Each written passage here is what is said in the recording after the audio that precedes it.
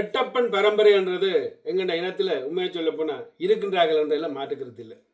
வீரபாண்டி கட்டபொம்மன்ல இருந்து விடுதலை புலிகள் வரை அந்த எட்டப்பன் இருக்கின்றார்கள்.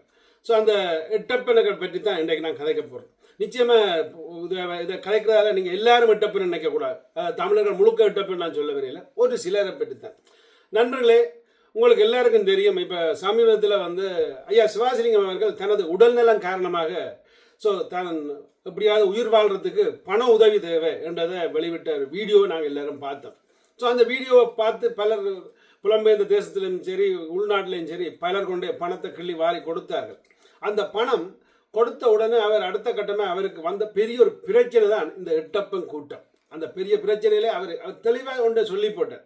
அதாவது பணம் கிடைச்சி விட்டது, நான் கேட்டது என்னமோ 70 லட்சம், நீங்கள் தந்தது என்னமோ அதிகம். ஸோ அந்த மிச்ச பணத்தை தான் தேவையான அளவுக்கு மக்களுக்கு விநியோகம் செய்வேன், மக்களுக்கு இது செய்வேன் என்று அவர் வீடியோவில் சொல்லி நன்றியும் சொல்லியிருக்கின்றார்.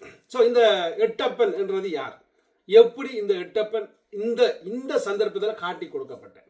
அதாவது இலங்கை என்றது எங்கள் தாய்நாடு, அது மாற்று கருத்தே இல்லை. அங்கே தான் நான் பிறந்தேன், நீங்கள் பிறந்தீங்க. ஆனால் அந்த தாய்நாட்டில் நடக்கிற ஏதோ ஒரு அட்டூரியம், ஒரு அநியாயத்துக்காகத்தான் அந்த போராட்டமும் வெடித்தது. ஸோ இன்றைக்கு அதாவது தமிழர் பக்கத்தில் நாங்கள் இருக்கிறோம். தமிழர் பக்கத்தில் தமிழர் அரசியல்வாதிகள் இருக்கிறார்கள், தமிழர் படித்தவர்கள் இருக்கிறார்கள், பெரிய பெரிய ஆக்கள்லாம் இருக்கிறார்கள். ஆனால் சிங்கள பக்கத்தில் இப்படி ஒரு நடக்குதா, இப்படி பிரச்சனை நடக்குதான்றது யாருக்கும் தெரியாது. எனக்கு தெரியாது, உங்களுக்கு தெரியுமா தெரியாது. ஸோ ஆனால் இது தமிழர்களுக்கு மட்டும் நடக்குதா அல்ல சிங்களர்களுக்கும் இப்படி நடக்குதான்றதை நாங்கள் பார்க்க வேண்டும் முதலாவது.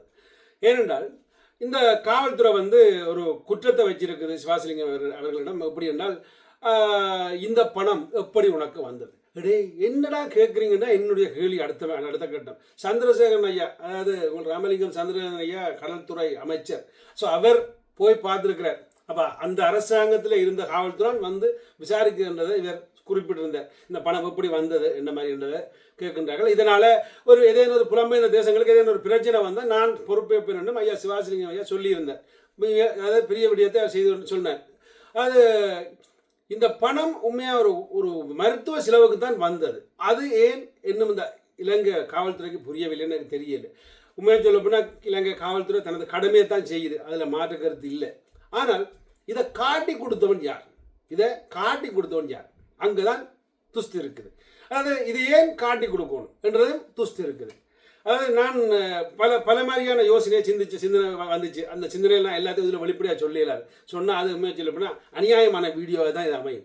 நான் ஒரு நியாயமான வீடியோவை சொல்கிறேன். அதாவது இவருக்கு முதல் எதிர்ப்பு கொடுத்தவர் யார், இவரோட என்ன பிரச்சனை வந்தது, இவரை பற்றி கதைச்சது யார் என்றெல்லாம் சிந்திச்சு பார்க்கும் பொழுது ஏதோ ஒரு வகையில் அவர்தான் இதை செய்திருப்பாரோ என்று சிந்தனை தான் எனக்கு தோண்டிச்சுது. அதை நான் பேர் சொல்ல விரும்பவில்லை. ஆனால் அவர்தான் இதை செய்திருப்பார் என்ற எண்ணம் தான் எனக்கு எண்ண தோண்டிச்சுது. ஏன்னா இது நார்மலாக ஒரு ஆள் போய் காவல்துறையில் கேஸ் போட்டால் மட்டும்தான் அடுத்த கட்டமான நடவடிக்கை அல்லது அடுத்த கட்டமான விடயங்களை செய்ய முடியும்னு நான் நினைக்கிறேன் உங்கள் சட்டத்துப்படி.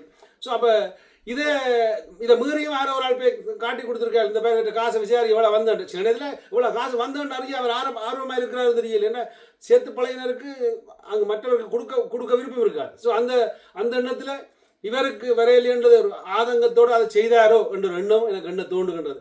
அதாவது இதில் என்னத்தை நான் சொல்ல வரேன்டா, நீங்கள் வடிவாக பார்த்தீங்களா இருந்தால் எங்கண்ட இனத்தில் பலர் இருக்கிறார்கள். தானும் படுக்க மாட்டான், தள்ளியும் படுக்க மாட்டான், தானும் செய்ய மாட்டான், மற்றவனையும் செய்ய விட மாட்டான். அதாவது நான் தான்டா செய்யணும், நான் தான் எல்லாம் செய்யணும், நீங்கள் எல்லாம் செய்ய மாட்டீங்க, உங்களால் முடியாது, நான் தான் எல்லாம் என்ற ஒரு எண்ணத்தோடு வாழ்கிற எங்கண்ட இனத்தில் சிலர் இருக்கிறார்கள். அதாவது நீங்கள் சிம்பிளாக பார்க்கலாம், பல விடயங்களை சின்ன சின்ன விஷயங்களை கூட கெடுக்கிறதுக்கு சின்ன ஆக்கள் இருப்பார்கள். அதே மாதிரி பெரிய விஷயங்களை கெடுக்கிறதுக்கு பெரிய ஆக்கள் இருக்காங்க. ஸோ அதால் இது யார் செய்ததுன்றதை தயவு செய்து முடிஞ்சவரை கீழே எழுதுங்க கருத்தில். அதாவது உங்களோட கருத்து தான், இது எந்த கருத்து இல்லை. நான் யாருன்றதை சொல்ல விரும்பலை, ஆனால் எனக்கு தெரியும் யாருன்றது, உங்களுக்கு தெரியுமான்றதை பார்க்கத்தான் இந்த வீடியோ. முடிஞ்சவரை கருத்தில் எழுதுங்க, யார் இதை காட்டி கொடுத்துருக்கணும் அப்படின்னா யார் அந்த எட்டப்பன். இந்த எட்டப்பனோட இனி என்ன எங்களுக்கு அடுத்த கட்ட நடவடிக்கை என்றதை சிந்திக்கத்தான் இந்த வீடியோ. நன்றி, வணக்கம். தயவு செய்து ஒரு தரம் குறைக்காயங்க. வீடியோவில் இடக்கிட நாங்கள் தெளிவாக எல்லாத்தையும் விளங்கப்படுத்துகிறதா அந்த அரசியல்வாதிகளுக்கும் அடுத்த கட்டமாக தெரியும் நாங்கள் எதை நோக்கி பயணிக்கிறோம் என்ற, தாங்கள் எதை நோக்கி பயணிக்கிறார்கள் என்றதை தெரிய வைக்க வேண்டும் என்றுதான் எங்களுடைய தாழ்மையான எண்ணத்தோடு இந்த வீடியோ போடுகிறேன். முடிஞ்சவரை இந்த வீடியோ ஷேர் பண்ணுங்கள், கருத்துக்களை பதிவிடுங்கள். நன்றி, வணக்கம். எட்டப்பன் ஒழிக.